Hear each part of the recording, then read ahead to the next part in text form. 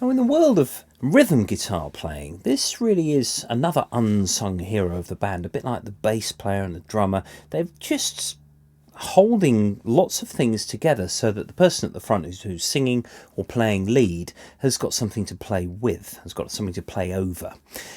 Rhythm guitar is one of those things that lots of people, they just play really loudly, chords really loudly, just to try and sort of hear themselves in the mix.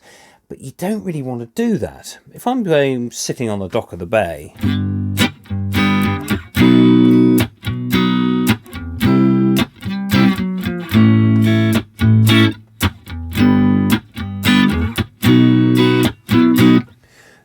there's a bit of dynamic range and also shorter notes just to allow space with the bass and the drums and the vocals. You don't want to do this.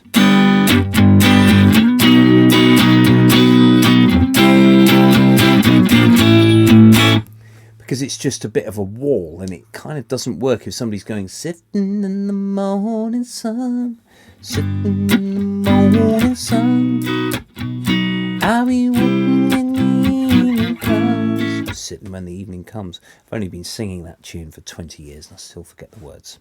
So, chords wise, it's necessary to have a real good grasp over how to play just a major chord. If I was going to play G for a couple of bars, there's all sorts of things going on there. I'm playing the whole chord to start off with, and then just bits of it for the rest of the bar.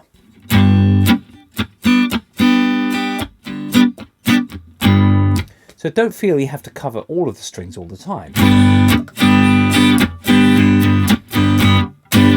Sure, it may work sometimes, but not in others. So it's just being flexible and being aware of what you can do that will make a song sound natural and give all the other instrumentalists just, a good grasp of what they're doing and not to get in the way of anything else.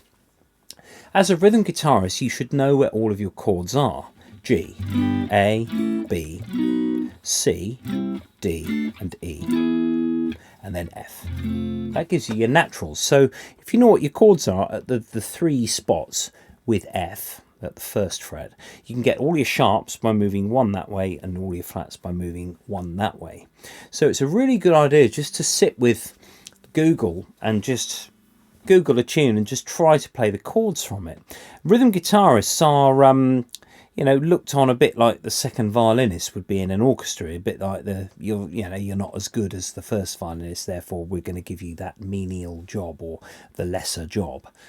That's not so. Every guitarist has their place, and actually lots of guitarists out there prefer playing rhythm anyway, especially if they're singing as well and they've got a lead guitarist with them. So a rhythm guitarist and a lead guitarist are equally capable beings, and one should bear that in mind all the time, really. So E and A shapes are your main ones. G and C, for example, appear at the same fret. G and C.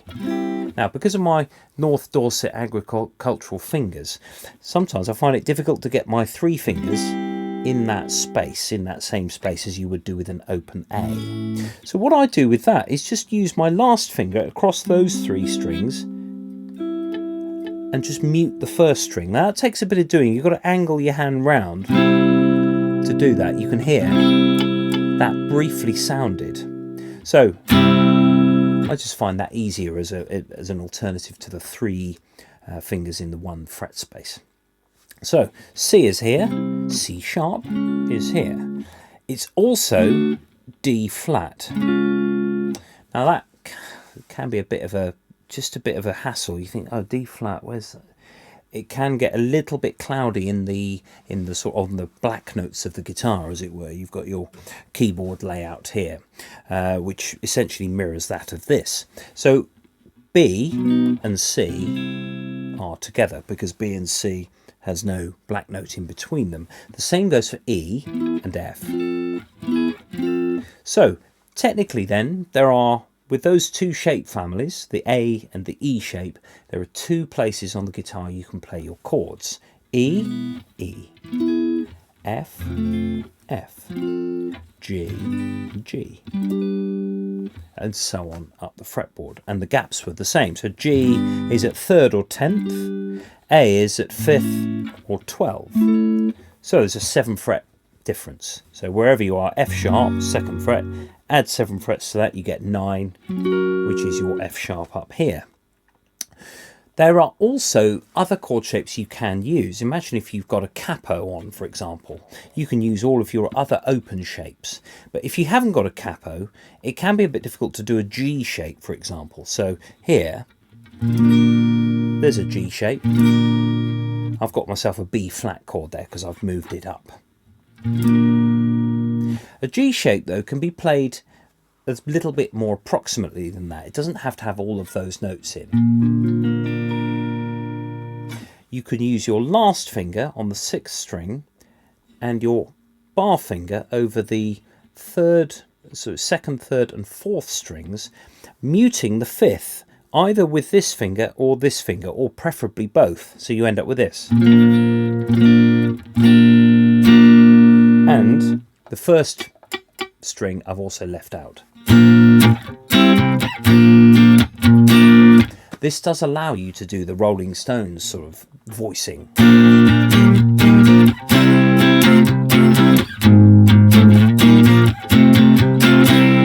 You can get that sort of thing out of it. So a G shape is useful. A C shape is definitely barrable. C up here now gives you an E flat chord, where E flat you can't play as an E shape because it's off the end of the guitar. It's all the way at 11 or 6. You can get a lower version, which is essentially barring at 3. This means that you can play a lot of chord sequences really within a couple of frets. You don't have to move up and down the fretboard. You can also bar a D shape, but it's a bit less convenient. And also with the D chord, you can get away with using the 5th string, but it sounds a bit bottom heavy because it's not actually the correct bass note. But the 6th string definitely won't work. That's much better. So an E would be there, or an F or G. I don't often use that one because it's just a bit of a hassle to try and sort of get that shape. It's quite a difficult shape to play. And also I can play a G there instead of this. So it's not far away. So armed with all of these, I mean, for example, I played Sitting on the Dock of the Bay just now. G, B, C and A. I could do this. G, B, C, A. So I've instantly saved myself a bit of moving about. G, B, C, A. Another way of playing it.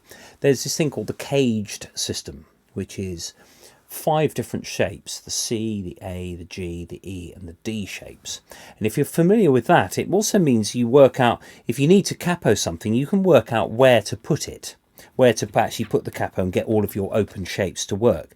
So there's plenty of things that you can do in order to make life a bit easier as a rhythm guitarist.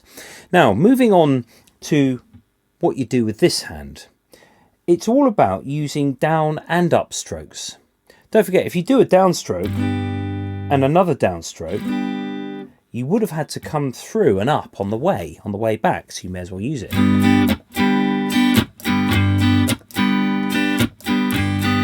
You also get different order of the strings. When you do a downstroke, you hear the bass string first and then the others after. Whereas this way, it's the other way round, where you start with the top notes and come down. That's a feature of ska. If you were going to play ska, you'd do this.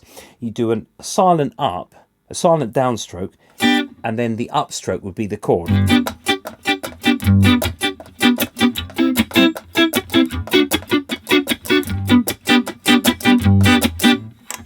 A bit like reggae.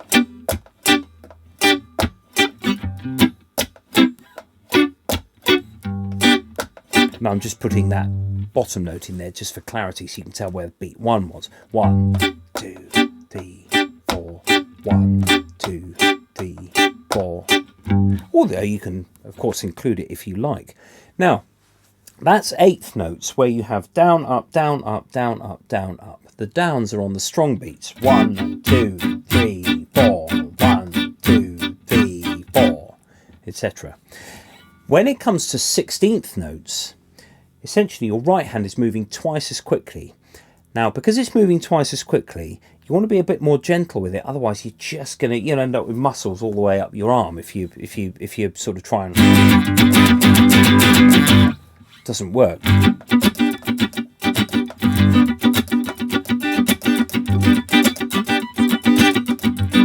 Just tiny movements, and you don't need to catch all the strings either.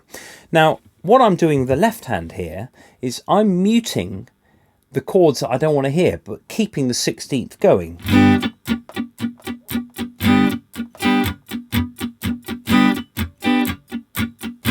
So if I was to do Get Lucky, for example,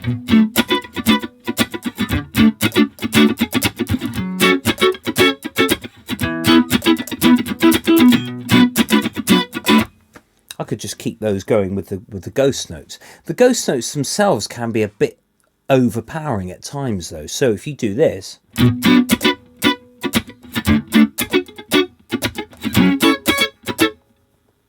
where you lift the right hand sufficiently that it doesn't actually play the strings at all, and you just lower it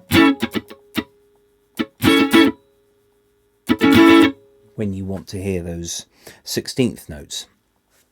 Another feature of rhythm guitar playing is not necessarily chords. It's like a line, you know.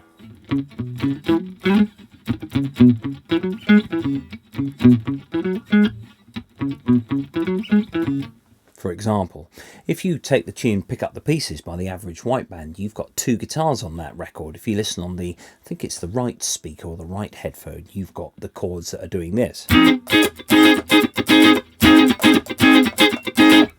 And on the left-hand speaker, you've got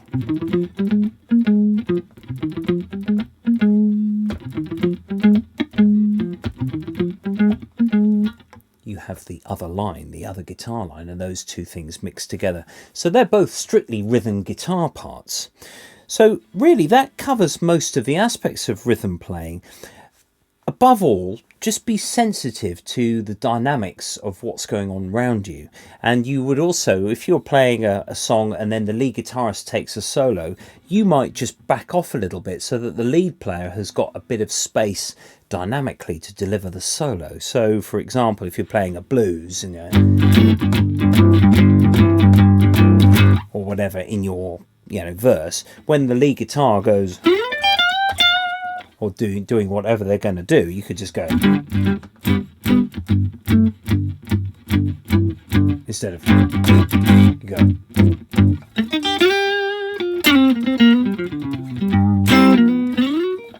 You can do something that just allows that lead guitar the space. Rhythm wise, also the pickup you select is important.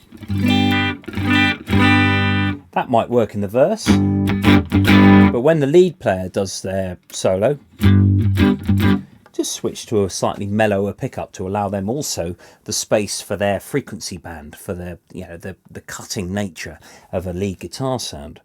There's all sorts of things to consider, but yes, the rhythm guitarist is an unsung hero of a band, that's for sure.